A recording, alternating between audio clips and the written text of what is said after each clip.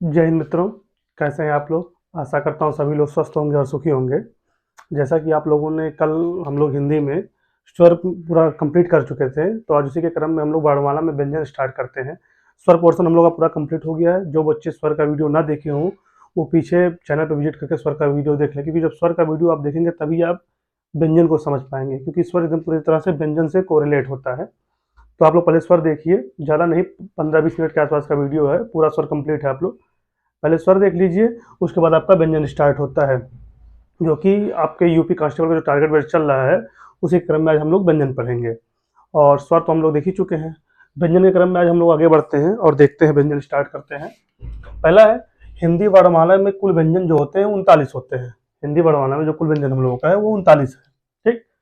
और 39 में कौन कौन से हैं, पार्ट वाइज डिवाइड भी है, क्योंकि वर्णमाला जो है, वर्णमाला का क्रम है, व्यंजन का क्रम है, उसको हम 5 भागों में बांट देते हैं। व्यंजन को हम लोग 5 भागों में बांटते हैं। जैसे पहला हो गया स्पर्श व्यंजन। पहला हम लोगों का क्या है, स्पर्श व्यंजन। ठीक। स्पर्श व्यंजन में हम लोगों के 25 व्यंजन आते हैं, 25 वर्ण स्पर्श व्यंजन में आते हैं। उसके बाद हम लोगों का दूसरा है अंतस्थ व्यंजन। अंतस्थ व्यंजन में हम लोगों के 4 वर्ण आते हैं। उसके बाद हम लोगों का है ऊष्म व्यंजन। ऊष्म व्यंजन में भी हम लोगों के 4 वर्ण आते हैं। इसको ऊष्म और संघर्षी भी कहते हैं। ऊष्म ऊष्म व्यंजन में 4 आते हैं। उसके बाद हम लोग का है संयुक्त व्यंजन। संयुक्त व्यंजन में भी हम लोगों के 4 वर्ण आते हैं। उसके बाद हम लोगों का है द्विगुण व्यंजन। ये द्विगुण नाम से ही क्लियर है, द्विगुण मतलब 2 गुणीय रखते हैं, तो इसमें 2 वर्ण आते हैं। संयुक्त मतलब क्या होता है, जुड़ाव। संधि एक शब्द कहते हैं जुड़ाव, ये जुड़े हुए शब्द होते हैं, ये भी 4 होते हैं। और ये ऊष्म का मतलब क्या होता है, जिसको बोलने में हम लोग मतलब ज्यादा ऊर्जा लगाते हैं या ज्यादा आवाजें निकलती हैं, जो मतलब पकड़ता है जीभ, उसको हम लोग ऊष्म कहते हैं। अंतस्थ जो अंदर कंठ से आवाज आती है उसको अंतस्थ कहते हैं। स्पर्श व्यंजन आप लोग नॉर्मल होता है 25 से। ठीक। आइए हम देखते हैं कौन कौन से व्यंजन अंतस्थ है, कौन कौन से ऊष्म है, कौन से क्या है, इसी क्रम हम लोग देखते हैं। तो यहाँ हम लोग लिख लेते हैं, जो हम लोग का अंतस्थ व्यंजन है, अंतस्थ व्यंजन हम लोग का होता है या, रा, ला। हम लोग का जो अंतस्थ व्यंजन है वो है या, रा, ला और वाह। अंतस्थ व्यंजन में हम लोग के आता है या, रा, ला और वाह, ये हम लोग का अंतस्थ व्यंजन है। उस व्यंजन जो है, उस व्यंजन में आते हैं शा, श, श और हा, ये हम लोगों का उष्म व्यंजन है। जो संयुक्त व्यंजन हम लोगों का है, संयुक्त व्यंजन में आते हैं छा, त्र, ज्ञ और श्रा। श्रा मतलब जो श्रीवास्तव वाला होता है, श्रा। ठीक। छात्र, ज्ञ और श्रा। और जो हमारा द्विगुण व्यंजन होता है, द्विगुण व्यंजन आप लोग ध्यान से देखिएगा, एक होता है ढा, एक होता है ड, ढ। ठीक। तो ये जो नीचे नुक्ता लगा होता है, इसी को हम लोग द्विगुण व्यंजन कहते हैं। ये हम लोग का द्विगुण व्यंजन है। हम लोग देख लिए। अब जो स्पर्शी 25 व्यंजन हम लोग यहाँ देख लेंगे कौन कौन से आते हैं इसमें। पहले देख लिया अंतस्थ व्यंजन जो हम लोगों के थे 4, वो या, रा, ला, वा है। उस व्यंजन जो हम लोगों के 4 हैं वो सा और फिर स और श और हा है। और 4 जो संयुक्त व्यंजन हम लोगों के हैं छ, त्र, ज्ञ, स्रा है। और जो 2 द्विगुण व्यंजन है वो हम लोगों का डा है और ढा है। सॉरी, डा है और ढा है। और वर्णों का वर्गीकरण देखते हैं। हम लोग देखते हैं स्पर्श व्यंजन कौन कौन से हैं। स्पर्श व्यंजन जो हम लोगों का होता है वो का वर्ग से लेके और पा वर्ग तक, ये हम लोगों के हैं स्पर्श व्यंजन। ठीक। इसको हम लोग कहते हैं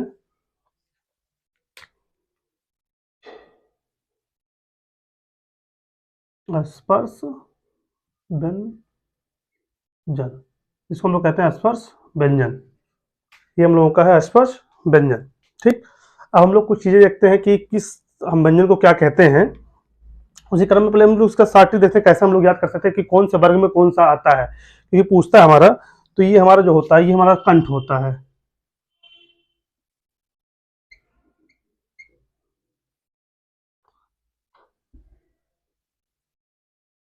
ये हम लोग का कंठ होता है। कंठ होता है। ये हम लोग का तालु होता है। तालु होता है। ये हम लोग का मूर्धा होता है। मूर्धा होता है। कंठ, तालु, मूर्धा। ये हम लोग का दंत होता है। ये हम लोगों का ओष्ठ होता है।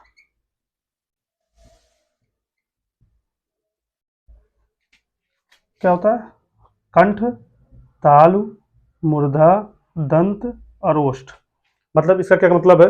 इसका मतलब ये है कि जो का वर्ग के हैं, मतलब का वर्ग मतलब ये एक रो वाला, ये हम लोग इनकी जो ध्वनि निकलती है हमारे कंठ से निकलती है, मतलब गले से निकलती है। ये जो चा वर्ग वाला है, इसकी जो ध्वनि निकलती है जीभ के नीचे तालु से निकलती है। मूर्धा जो है टा ठा डा ढा, ये हमारे जीभ का आगा वाला भाग कार्य करता है, टा ठा डा ढा अड़ा। एक बार आप लोग बोल के चेक करिए, आप प्रैक्टिकली करिए, तो आपको लगेगा कि हाँ कहाँ से कौन सी ध्वनि निकल रही है। दंत जो होता है, इसमें हमारे दांत का यूज होता है, हमारा जीभ जाके दांत पे मतलब लगता है। जैसे ता था द ध न, आप लोग देखेंगे तो हमारा जीभ पढ़ेंगे अगर ता, तो देखिए आपका जीभ जो है दांत से टच करता है, तो ता था, ये हमारा दंत हो गया। और ओष्ठ में हमारे ओठ कार्य करते हैं, जैसे ओठ आपस में मिलेंगे, जैसे पा फ ब भ म। तो ये आपके हो गए कंठ से वाले का वर्ग वाला हो गया, तालु वाला चा वर्ग वाला हो गया, मूर्धा वाला टा वर्ग वाला हो गया, दंत वाला ता वर्ग वाला हो गया, ओष्ठ वाला पा वर्ग वाला हो गया। अब एक दिक्कत ये आती है कि हम लोग इसको याद कैसे करें, हम लोग इसको याद कैसे करें, क्योंकि एग्जाम में ये पूछता है कौन सा वर्ण है किस वर्ग से ताल्लुक मतलब बिलोंग करता है, मतलब किस वर्ग से आता है। तो इसके याद करने का सबसे आसान सा तरीका है, आप लोग केटीएम तो चलाए, मतलब केटीएम तो देखे होंगे, केटीएम का नाम सुने हैं, के टी एम, यहाँ तक सबको याद होगा। केटीएम, केटीएम एक बाइक है, केटीएम का नाम सब लोग जानते हैं, केटीएम सबका सब है। तो केटीएम हो गया, और यहाँ एम को दो बार कर दिए, M D H, KTM M D H, KTM bike होता है, यम डी एच मसाला होता है। ठीक, इससे आप लोग याद कर लेंगे कौन सा, के से कंठ, कंठ से निकलने वाला का वर्ग वाला, टी से तालु, ताल से निकलने वाला चा वर्ग वाला, यम से मूर्धा, मूर्धा से निकलने वाला टा वर्ग वाला, डी से दंत, दंत से निकलने वाला ता था दा ना मतलब ता वर्ग वाले, और एच से ओच, ओच से निकलने वाले पा वर्ग वाले। ये आप लोगों के लिए शॉर्ट ट्रिक है, आप लोग याद कर लीजिएगा, क्योंकि ये बहुत एग्जाम में बहुत आपको हेल्प करता है आपको याद करने में। केटीएम डी एच, खाली इतना आपको याद करना है, केटीएम डी एच। के से कंठ, टी से तालु, एम से मूर्धा, डी से दंत, एच से ओठ, ये वर्ग के आपके होते हैं, केटीएम डी एच हो गया आपके। अब यहाँ हम लोग देखते हैं, ये हम लोगों का हो गया केटीएम डी एच। अब देखते हैं किस वर्ग को क्या कहते हैं, जैसे हमारा रा है, इस रा को हम लोग यहां लिख लेते हैं, रा, रा को हम लोग लुंठित वर्ण भी कहते हैं। ये सब इंपॉर्टेंट, बहुत इंपॉर्टेंट है, यहां लिख लीजिए इंपॉर्टेंट। एग्जाम में बार बार यही पूछता है, 20 बार एग्जाम में पूछा गया है। तो जो हम रा वर्ग को है, इसको हम लोग लुंठित वर्ण भी कहते हैं, लुंठित व्यंजन या वर्ण लीजिए, लुंठित वर्ण भी कहते हैं। रा को हम लोग लुंठित वर्ण भी कहते हैं, रा को हम लोग क्या कहते हैं, लुंठित वर्ण, रा को हम लोग लुंठित वर्ण कहते हैं। जो हमारा ला है, ला, ला को हम लोग पार्श्विक, पार्श्विक वर्ण भी कहते हैं,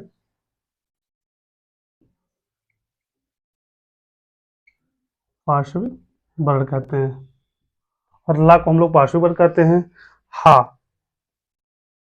हा को हम लोग, ये बहुत इंपॉर्टेंट है, ध्यान दीजिए आप लोग, काकल्य वर्ण कहते हैं। हा को हम लोग काकल्य वर्ण कहते हैं, हा को हम लोग क्या कहते हैं, काकल्य वर्ण कहते हैं। रा हो गया लुंठित वर्ण, ला हो गया पार्श्विक वर्ण, और हा हमारा हो गया काकल्य वर्ण। ये तीन बहुत ज्यादा इंपॉर्टेंट है, इसको आप लोग ध्यान में दीजिएगा कि ये तीन आप लोग के बहुत ज्यादा इंपॉर्टेंट है। एक और आपका आता है या और वाह, या और वाह, या और वाह को हम लोग अर्ध स्वर भी कहते हैं, अर्ध स्वर, या और वाह को हम लोग अर्ध स्वर भी कहते हैं। ये हम लोग देखते हैं जो संयुक्त व्यंजन में हो गया, किस किस से मिलकर बनता है संयुक्त व्यंजन जो है, ये छात्र ज्ञा और स्रा से हमारा हो गया छा, त्र, ज्ञा और श्रा। किसे ये हम लोग का संयुक्त वर्ण है। अब संयुक्त वर्ण यही हम लोग का, ये किससे मिलके बना, ये आप लोग देखना जरूरी है। जो हमारा छा होता है, ये का प्लस सा, का प्लस सा से मिलकर हम लोगों का छा बनता है, का प्लस सा से हम लोगों का मिलकर छा बनता है। और जो त्रा है हम लोगों का, ये ता और प्लस रा से मिलकर बनता है त्रा, हम लोगों का ता प्लस रा से मिलकर त्रा बनता है। ये हलंत जानते हैं आप लोग, इसको हम लोग हलंत कहते हैं। ये हलंत हम लोग इसलिए लगाते हैं क्योंकि ये जब हलंत है तो ये आधा अक्षर होता है व्यंजन का, तो ये आधा अक्षर होता है, तो ये लाके इसको छा बना देते हैं, ता में र लगे त्र बना देते हैं। ऐसे आपका आता है ज्ञा। जो ज्ञा हमारा है वो जा और या से मिलकर बनता है, जा प्लस या, जा और प्लस या से मिलकर हम लोगों का ज्ञा बनता है। और स्रा जो हम लोगों का है वो शा और रा से मिलकर बनता है श्रा। ये हम लोगों का संयुक्त वाला हो गया।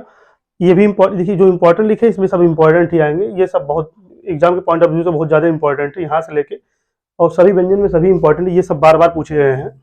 तो आप लोग इसको ध्यान में रखिएगा कौन सा वर्ड कैसे है। जैसे रा को हम लोग लुंठित वर्ड कहते हैं, ला को पार्श्विक वर्ड कहते हैं, हा को हम लोग काकल्य वर्ड कहते हैं, या वा को हम लोग अर्धस्वर कहते हैं, छा जो हम लोगों का है क और सा से मिलकर बनता है, त्र हम लोगों का त और रा से मिलकर बनता है, ज्ञा हम लोगों का जा और या से मिलकर बनता है, स्रा हम लोगों का सा और रा से मिलकर बनता है। और एक बार आप लोग ध्यान रखिएगा। अब आते हैं हम लोग इनको बोलने के क्रम में, जो हम लोगों का वर्णमाला है, व्यंजन है, उसको बोलने के क्रम में ये किस प्रकार बटे हुए हैं। तो इसका पहले हम लोग देखते हैं इसमें अघोष। पहले हम लोग करते हैं अघोष। यहाँ हम लोग देख लेते हैं अघोष, ऐसा करके अघोष देख लेते हैं। अघोष वर्ण, अघोष वर्ण, ठीक। अघोष में कौन कौन से वर्ण आते हैं हम लोग यहाँ देख लेते हैं। तो देख लीजिए, अघोष जो हमारा ये होता है, अघोष अघोष, ये हम लोगों का केवल जो हम लोग बनाया ये स्पर्श व्यंजन लिखे, स्पर्श व्यंजन में ही कार्य करता है, ठीक। तो हम लोगों का अघोष जो होता है ये वर्णमाला के पहले और दूसरे अक्षर, पहला और दूसरा अक्षर, मतलब का और खा इसका भी, चा और छा इसका भी, टा और ठा इसका भी, ता और था इसका भी, पा और फा इसका भी। एक बार हम लोग पा और फा इसका भी। तो वर्णमाला के दो वर्ण, इसको नंबरिंग कर लेते हैं, 1 2 3 4 5। ये हम लोग सार्टिक आपको बता रहे हैं, सार्टिक आपको याद करने में आसानी होगी। अघोष अगर पूछता है अघोष वर्ण कौन कौन से हैं, तो अघोष वर्ण होता है हमारा वर्णमाला के पहले दो अक्षर, मतलब का खा, वर्णमाला के पहले दो अक्षर मतलब का खा। तो अघोष में आ जाएगा वर्णमाला के पहले दो अक्षर, मतलब 1 और 2। एक और दिन आपको कौन कौन से आएंगे, ये पूरा रो आएगा आपका, मतलब का खा, चा छा, टा ठा, ता था, पा फा, ठीक। ये वर्णमाला के पहले दो अक्षर हो गए। उसके बाद अब यहाँ से भी कुछ ऐसे हैं जो आपके अघोष में आते हैं, वो हम लोगों का है शा, शा और शा। ये हम लोगों के अघोष में आते हैं, मतलब वर्णमाला के पहले दूसरे अक्षर, मतलब का खा, उसके बाद ये क्या नाम है शा शा शा, ये तीन हम लोगों के अघोष में आते हैं। ये पहला हो गया अघोष। अब हम लोग तो लिखते हैं सघोष, पहला, दूसरा बता हम लोगों का सघोष, सघोष वर्ण। ये भी इंपॉर्टेंट है एग्जाम के पॉइंट ऑफ व्यू से, वर्ण का बहुत ज्यादा इंपॉर्टेंट है सघोष वर्ण। सघोष को हम लोग घोष भी कहते हैं, घोष भी करके पूछ लेता कभी कभी, तो घोष वर्ण। अब जो हम लोगों का 1 2 हो गया है, 1 2 तो हो गया, तो ये फिर आएगा नहीं। अब हम लोगों का 3 4 और 5, मतलब वर्णमाला क्रम के तीसरा चौथा और पांचवा, व्यंजन का तीसरा चौथा पांचवा वर्ण, व्यंजन का तीसरा चौथा और पांचवा वर्ण, मतलब तीसरा चौथा पांचवा आपका गा घा ना आएगा, जा झा या आएगा, टा ठा डा आएगा, दा धा ना आएगा, बा भा मा आएगा। वर्णमाला क्रम का तीसरा चौथा पांचवा वर्ण जो होता है ये आएगा। और बचता क्या है यहाँ, देखिए यहाँ से तो हम लोगों का हा बच जाता है, तो यहाँ पहले हम लोग हा लिख लेते हैं। और अंतस्थ व्यंजन पूरा आएगा। अंतस्थ व्यंजन क्या है हम लोगों का, ये देखिए अंतस्थ व्यंजन या रा ला वा, तो हम लोग अंतस्थ व्यंजन पूरा आएगा, उसको हम लोग नीचे लिख लेते हैं, या रा ला वा। ये भी हम लोगों का अघोष वर्ण में आएगा। देखिए आपसे क्वेश्चन कैसे पूछेगा ये भी देख लीजिए एक बार। आपको ऐसे दे देगा, क्वेश्चन देगा इसमें से अघोष वर्ण है, इसमें से अघोष वर्ण है, आपको ऑप्शन दे देगा। अब आप लोग जानते हैं पहला दूसरा आता है, तो ऑप्शन दे देगा गा, झा, डा या टा। तो आप लोग बताइए कौन सा होता है। ये हम लोगों का तो सघोष हो गया, ये भी सघोष है, ये भी सघोष है, और टा जो होता है ये हम लोगों का एक प्यार है, तो ये हम लोगों का अघोष हो गया। तो ये हम लोगों का अघोष है। ऑप्शन नंबर जो आंसर होगा वो टा वर्ग हो जाएगा, टा सही हो जाएगा, ठीक। तो अघोष सघोष हो गया। अब हम लोग देखते हैं अल्प प्राण महाप्राण, ठीक। प्राणत्व के क्रम में देखते हैं तो दो प्रकार के ये भी होते हैं। अब देखते हैं हम लोग पहले पे अल्प प्राण, अल्प प्राण जिसको बोलने में कम समय लगता है उसको अल्प प्राण कहते हैं। अब देखिए यहाँ फिर आपका यही ट्रिक काम करेगा, हम लोग उसको नंबर के माध्यम से सीखेंगे। अल्प प्राण जो हम लोगों का होता है, अल्प प्राण मतलब जिसको बोलने में कम समय लगता हो, बहुत माइनर समय लगता है। तो अल्प प्राण में हमारे होते हैं 1, 3, 5। अल्प प्राण जो हमारा होता है 1, 3 और 5। अल्प प्राण जो हमारा होता है वो होता है हम लोगों का 1, 3, 5। और उसके बाद हम लोग लिखते हैं अल्प प्राण में हम लोगों का आता है अंतस्थ व्यंजन पूरा आ जाता है। अल्प प्राण में हम लोगों का अंतस्थ व्यंजन जो है पूरा आ जाता है। तो यहाँ लिख देते हैं हम लोग या, रा, ला और वाह। अंतस्थ व्यंजन हम लोग का पूरा अल्प प्राण में आ जाता है। अल्प प्राण में हम लोगों का जो होता है 1, 3, 5, मतलब 1, 3, 5, इसका भी 1, 3, 5, इसका भी 1, 3, 5, इसका भी 1, 3, 5, इसका भी 1, 3, 5 और अंतस्थ व्यंजन हम लोग का पूरा या, रा, ला, वाह, ये पूरा हम लोगों का आ जाता है। ठीक। उसके बाद हम लोग का आता है महाप्राण। दूसरे हम लोगों का है महाप्राण। अब महाप्राण में बचा क्या है? आप 1, 3, 5 तो लिख चुके हैं, तो बचा क्या है? 2 और 4। तो 2 और 4 आपका महाप्राण में आता है। 2, 4 जो आपका है ये महाप्राण में आता है। और महाप्राण में जो आपके आते हैं वो ये जो आपके तो ऊष्म व्यंजन पूरे आते हैं। ऊष्म व्यंजन पूरा ये वाला, ये हम लोग उसमें यहाँ लिख लेते हैं हम लोग स, स, स और हा। ये हम लोग का महाप्राण।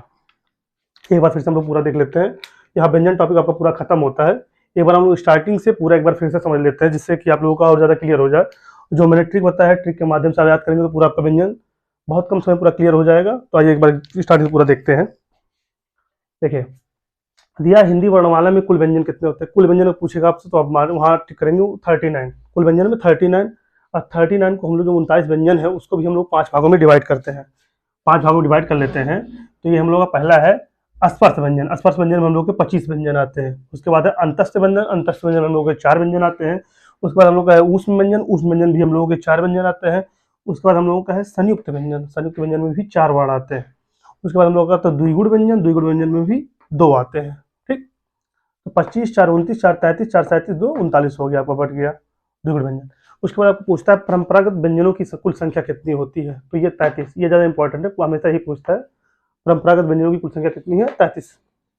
यहाँ तक हम लोगों का हो गया। एक बार देखते हैं अंतस्थ व्यंजन कौन कौन से हैं। अंतस्थ व्यंजन कौन कौन से हैं? या वर्ण वाले पूरे, जैसे या, रा, ला, वा, ये हम लोगों का होता है अंतस्थ व्यंजन। ऊष्म व्यंजन क्या होता है? जिसको बोलने में सांस ज्यादा खिंचती हो, तो सा, जैसे सा, शा, शा, लंबा नहीं जा रहा है, तो ये हम लोग पूरा वर्ड जो होता है ये सा, श, श और हा, ये हम लोग के ऊष्म व्यंजन आते हैं। संयुक्त व्यंजन में जो जुड़ा हो उसमें हम लोग का छा, त्रे, ज्ञ और स्रा, श्रीवास्तव और स्रा आता है, श्रा हो गया। और जो हम लोग का द्विगुण व्यंजन है तो 2 गुण रखते हो, नाम से ये 2 गुण रखते हो, तो हम लोग का ड और ढ होता है। ड और ढ, ड और ढ, ड और ढ नुक्ता वाले होते हैं। ठीक, ये हम लोग द्विगुण व्यंजन हो गए। अब यहाँ से हम लोग वर्णों का वर्गीकरण देख लेते हैं। पूरा मतलब व्यंजन लिखते हैं तो वर्णों का वर्गीकरण देख लेते हैं। ठीक, तो वर्णों का वर्गीकरण हम लोग करते हैं। तो हम लोग लिखते हैं पूरा का वर्ष से लेके हम लोग ज्ञात लिख लेते हैं। उसके बाद वर्णों का वर्गीकरण करते हैं। तो का से लेके और पा वर्ग तक ये हम लोगों के स्पर्श व्यंजन होते हैं। ये हम लोगों के जो है जो 25 हम आपको बताए थे ये स्पर्श व्यंजन है। इसको यहाँ ना लिख के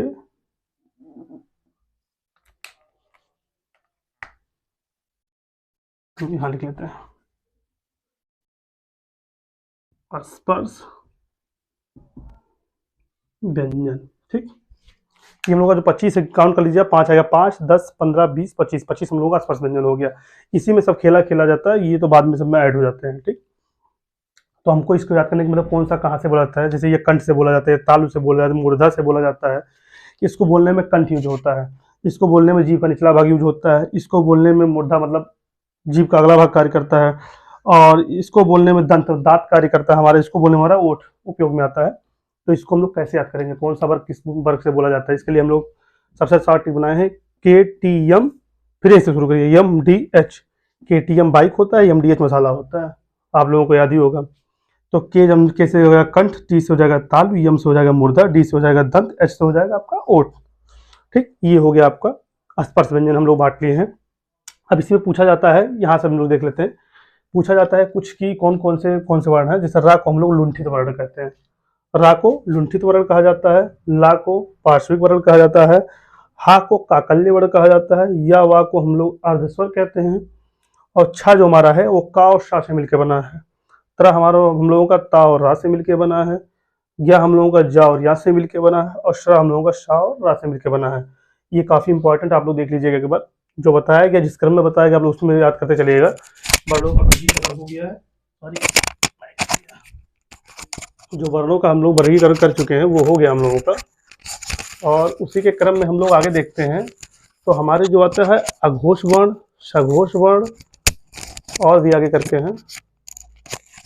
हाँ, हम लोगों का आता है अघोष वर्ण, सघोष वर्ण, अल्प प्राण, महाप्राण, ये हो गया। तो जो हम लोग का अघोष वर्ण होता है, तो अघोष वर्ण जो हम लोगों का वर्णमाला का पहला और दूसरा, वर्णमाला का पहला और दूसरा, व्यंजन का मतलब व्यंजन का जो होता है अस्पष्ट व्यंजन का पहला और दूसरा, पहला और दूसरा तो आता ही आता है। और उसके बाद उस व्यंजन का सा, श और शा आता है। उस व्यंजन का सा, श, शा आता है, हा केवल नहीं आता। जो हा हम लोगों का तो सघोष में घुस जाता है। तो सघोष का हम लोग का आता है तीसरा, चौथा, पांचवा वर्ण, तीसरा, चौथा, पांचवा वर्ण, मतलब ग, घ, अंगा।